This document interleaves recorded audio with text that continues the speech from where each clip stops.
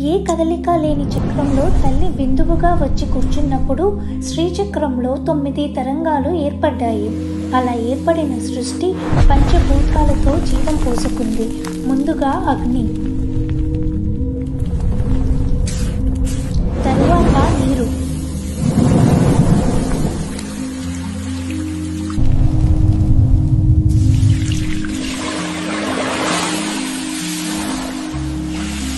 ఆ తరువాత వాయువు అంటే గాలి,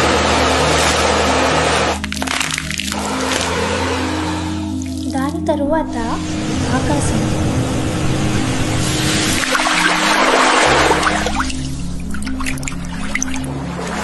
చివరిగా భూమి. ఈ పంచభూతాలతో జీవం పోసుకుంది సృష్టి.